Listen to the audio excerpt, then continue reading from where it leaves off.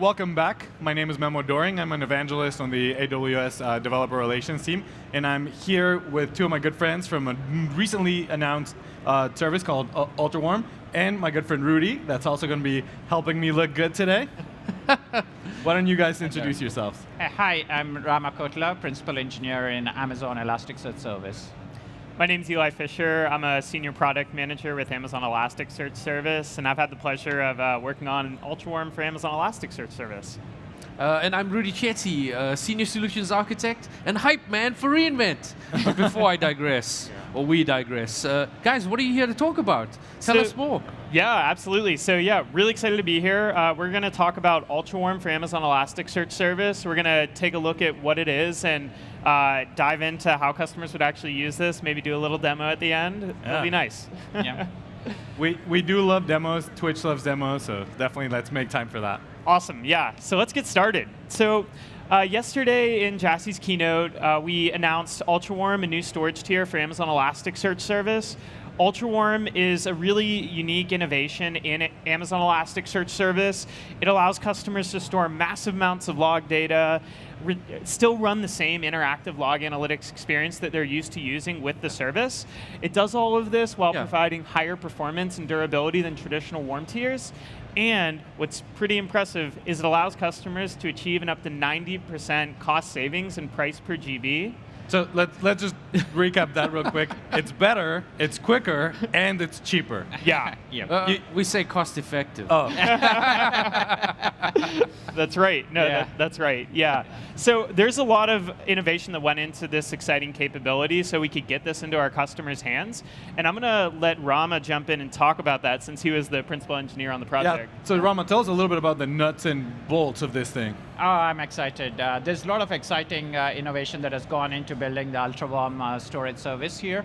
So in short, what it provides is interactive and integrated log analytics experience at 1/10 the cost. So there are three aspects to it, which is interactive experience that we want to provide in Kibana, but there's also cost and performance aspects to it.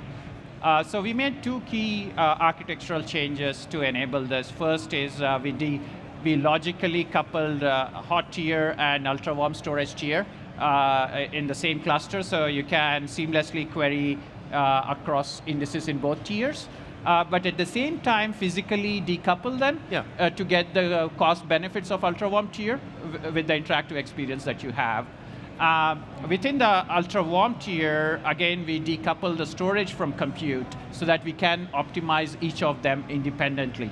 So within the storage tier, we store data in S3 to get all the durability and scale and cost benefits of S3. And this also enables us to avoid not have replicas in the warm tier, as well as you don't even need to have snapshots given that the data is already stored in S3, so which adds to your cost benefits. And on top of that, whatever you provision is what you get. So you get 100% utilization. So if we're talking about the storage and the provisioning, how much data can customers actually store? They can store up to 900 terabytes in the preview. And yeah, what I'd add to that, what's really interesting and unique about UltraWarm is in the past with the hot tiers or the traditional Elasticsearch architecture, you would have to over-provision for basically the Elasticsearch level replicas and things like the overhead of the operating system, file system. Sure. And because UltraWarm is decoupled, where the data is stored in S3, when we talk about 900 terabytes of data, we're talking about 900 terabytes of primary raw logs. Got it. So far more than what you can do normally with the Elasticsearch architecture. So a big increase there as well. Yeah. And so tell us a little bit about tell us a little bit about how customers would want to use this. Yeah, so let's jump ahead to that. Yeah, okay. That sounds good. So in terms of customers using this feature, we have a lot of customers that use Elasticsearch for log analytics, and a really common pattern in log analytics is that you've got your recent data that you're ingesting and actively querying, and as that data ages, it's going to become less frequently accessed. Now, what customers don't want to do is they don't want to pay the same price for their frequently accessed data as what they're paying for their infrequently accessed data. Of course. Right? And so with UltraWarm, what you can do is you can make an explicit price-performance trade-off where if you have less frequently accessed data, you can move it into UltraWarm. But because UltraWarm has all these performance optimizations, you still get that interactive log analytics experience. So you're not making a drastic trade-off, but you are still getting the cost savings of UltraWarm. Yeah, that's awesome. It's I mean, fantastic, eh? it's definitely a type of innovation that our customers love to see, our developers like to work with, right? Yeah, absolutely. I think it would be really interesting to jump back and talk about some of those innovations because there's a lot of really interesting tech that went into this. Yeah, show us, do you have a high-level architecture or something that we can go through? Or Yeah, so I just talked about the storage aspect of it, right? So that's just one side of the equation, which is the cost and the scale. The second side of the equation for log analytics, which is very important, is interactive analysis, right? Yes. That's where the team has spent, went to the whiteboard. We looked at the existing solutions. None of them satisfied all the requirements. And then we built this architecture ground up. For UltraWarm nodes, so at the hardware level itself, we have this UltraWarm optimized nodes, optimized for the cloud, which leverages Nitro technology and uses high network bandwidth to S3 to fetch data quickly. And in terms of the insight there is that the network bandwidth is similar or better than the sequential bandwidth that you get on dense storage instance types like hard disk drives. Oh, that's very useful. Yeah. So by decoupling, you get benefits on both of the ends of the spectrum, right? Yeah, so use the storage for cost and scale benefits, and then the UltraWarm for interactive experience that you can get. That's awesome. Exactly, yeah. And go ahead. Yeah, so that's at the storage level, but we also optimized it in the storage stack as well at all levels. So first, because our UltraWarm storage, the compute tier is a stateless caching tier. So we cache important data and metadata there so that we don't have to go to S3 whenever the queries comes in if the data is cached already. Yeah. And when we have to go to S3, we use the cache metadata to fetch only the data that you need. Okay. And avoid unnecessary data. Yeah, I think I'm with Rudy. Can we see some architecture here and maybe get into a demo real quick? Yeah, let's do it. So let's jump over to the architecture. So today on the service, prior to UltraWarm, we have dedicated master nodes. Yep. They're used for managing cluster state.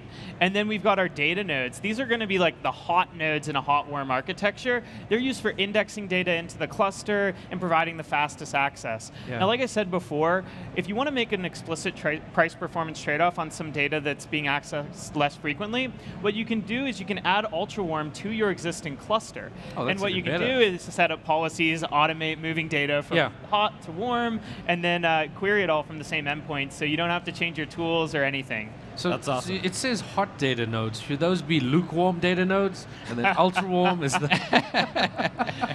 Yeah, so hot data nodes, now you can really focus on provisioning compute and memory optimized nodes to provide that super fast performance. And then when you do want to make that performance trade-off and get better economics, you just jump in, add UltraWarm, and use add it on top of it. Exactly. I love it. So I know it's in preview, but I'm sure chat's asking this right now. Can they play with it today? Oh yeah. So we have launched UltraWarm in an ungated preview. Fantastic. So everyone has access to it? Yes. Hype man, where's the air horn? Oh, whoop whoop! So it is available in 3 regions. It's available in Virginia, Oregon, and Ohio. You just go to the Amazon Elasticsearch Service console, you can get started. In fact, why don't we take a look at what that looks like? Yes, please. Perfect. So let's jump into a demo of the console. So what I have open is the standard Amazon Elasticsearch Service console. And you might want to zoom in a little bit just for those watching at home. Can everyone see? Oh, maybe that's too much. All right, that looks good. Great. So once you're in this console, all you need to do is create a new domain. When creating the new domain, you just pick the UltraWarm preview. So right there, super simple. And then after that, we're going to automatically pick the version it's supported on. You're going to go to next. And the same exact experience that you used today for creation, is the experience that you have here, right? Okay. So you don't need to you don't really need to do anything special. So if you're familiar with this, it's just what you've been doing all along. Exactly, exactly. All you have to do is click a checkbox. Like another radio button or checkbox, right? Boom. Yeah. Oh, done. Exactly. Oh, That's it. Bob's your uncle. That's simple. You do have two options with UltraWarm. So there's a medium size that has 1.5 terabytes per node. Okay. It allows you to put up to 45 nodes on your cluster. So that's 67.5 terabytes in UltraWarm storage. Which Probably enough for all your pictures, Rudy. Jeez, I don't know, man. All the ones I've taken at reInvent these last few days. well, we have You a might- larger size. Yeah? That might be Yeah, able to yeah, fit yeah. all your Oh, it pictures. is? Oh, Yeah, okay, okay. yeah, Is yeah. that in the preview too? It is. Yeah. Oh, Yeah. even better. So Yeah. we've got the large size. That's 20 terabytes per node with up to 45 nodes. So that's 900 terabytes in UltraWarm data. So that was the 900 terabyte number Rama was talking about earlier. Yeah, so for preview, that's a lot of data to do log analytics at interactive scale. Exactly, yeah. So once you create it, and I'm going to click cancel here to save some time. Sure. But once you create it, you can go into your domain, and what you'll notice is that we've added a section to make it easy to identify how much UltraWarm resources you have provisioned. Yeah. We've also added some monitoring capabilities so that you can monitor UltraWarm the same way that you're used to monitoring your existing Elasticsearch service deployment. And I love to see metrics. Yeah, Love it. exactly. And so it's super easy. You got your CPU, JVM, space utilization, system memory. You can use all of these things to decide, do I need to scale up compute? Do I need to scale up for storage? Got it. Really easy to make those decisions. Yeah. And Awesome. So, okay, we talked about what it looks like in the console, but people use Elasticsearch with Kibana. exactly. Yeah. So- Kibana, na. Yeah, exactly. So let's jump over to what it looks like in Kibana. So I have a Kibana dashboard open here. I've got 30 days of data that is open. I've loaded up some sample data. And what you can see is that this is just the standard Kibana experience, Yeah. right? There's nothing special. It's all the same visualizations that you have today. What is going on if we actually look at the data, so I'm going to jump in here. I've got around 30 days of indexes, and I've basically named each index by day to make it really easy for when I want to move data from hot to UltraWarm. Perfect. So you can find easily where you want to slice, right? Exactly. And so what that ends up looking like is when I do actually do that slice, only about 7 of those days are in hot because those are the ones that I need the fastest access Got it. to. Oh. As the data is aging, I just move it into warm. So Okay. you can see that the rest of them all are in warm. Just like taking a shower. Yeah. Exactly, exactly. Here, let me just point out that although the sizes are small, yesterday we did a demo in the breakout session Yeah.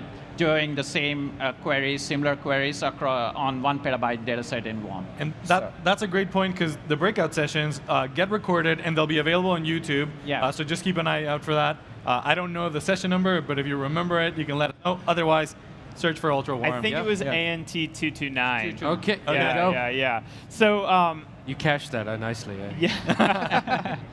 So moving data is easy. You know, I talked about doing the slicing, but it's just an API call to move it. So all I have to do is just hit play, boom, we've moved data. And because the data set's small, it looks like, in fact, it's already moved to warm. Okay. So let's take a look at what that actually looks like. When you look at your index that's in warm, all you have to do is scroll down. You can see the box type is now set to warm instead of hot, which means that all of that data is now in warm. So that's all great, but if you actually want to play with dashboards and do deep diving, like what does it actually look like? Yeah. So if I wanted to, say, zoom into a day that's in warm, typically you're going to have like a couple, 1 to 2 seconds to be able to dive in.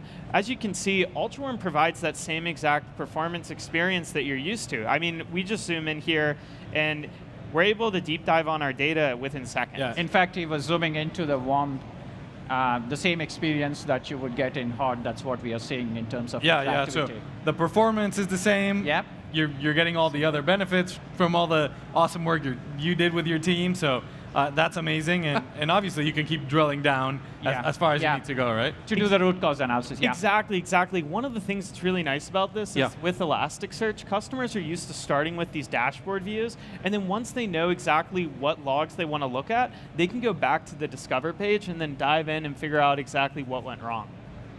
All right, and I'd love to, we've got a couple more minutes Yeah, yeah. left, and I'd love to talk about customer use cases. Yeah. Do you have any that you'd like to share with us?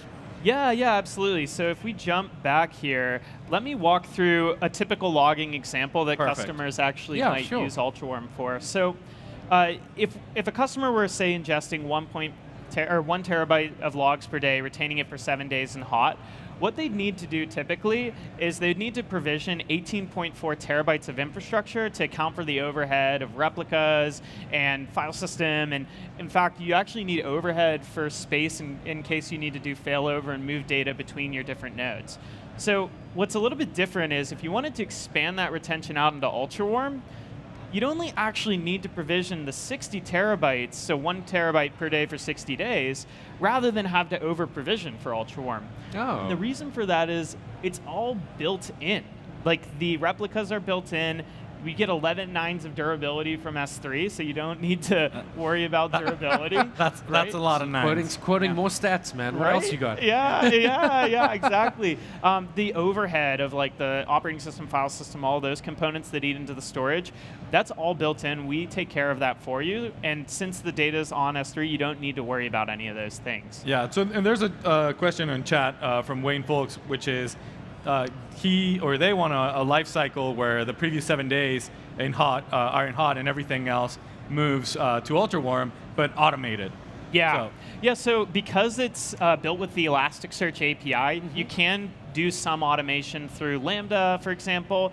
We do have a plugin that's part of Open Distro for Elasticsearch that we recently open sourced called Index State Management. That is something that we are thinking about how to provide similar automation in the managed service as well. So there are definitely things that you can do. But on today that front. you could build something using Lambda. Exactly, Little yeah, serverless magic on there. Yeah. Exactly. It's super easy. Just set up a cron and have it run and make those calls. Yeah. Perfect. It's all abstracted away, though. It's Yeah. just- you just turn it on and you keep going. Yeah. All right. Well, we have 2 more minutes. Yeah. I want to make sure that we don't forget to cover anything about this amazing launch. So Yeah, I Rama. just want to emphasize on the innovation that has gone into on the performance side. So I just talked about caching, but we did a lot more than that. Yeah. We prefetch data when you miss in the cache very early in your query execution. So we did query optimizations so that early in the execution cycle, you fetch as much as possible and as early as possible to high latencies to S3. Okay. As you may have observed, the latencies to local storage is shorter than S3, so that's how we hide the latencies. Apart from that, we fetch data at a finer granularity, so you don't have read amplification when you're running a query. It does a good job in filtering and fetching only the data that you need. Yeah. Which definitely is what you want, right? Like you don't Yeah. want to be grabbing everything just to find yeah. that. Exactly. Not usually. You just, so you have your different tiers, but it makes Yeah. sense. It makes Yeah. sense. All right. Well, I really want to thank you, Rama, Eli, for being here. I want to Hey. thank Rudy, the official reInvent hype man. Thank you, Twitch, for watching this. We're going to be here for a few more hours today. Keep it here for our announcements. We're going to have interviews with our heroes. So a lot more content to come. Thank you.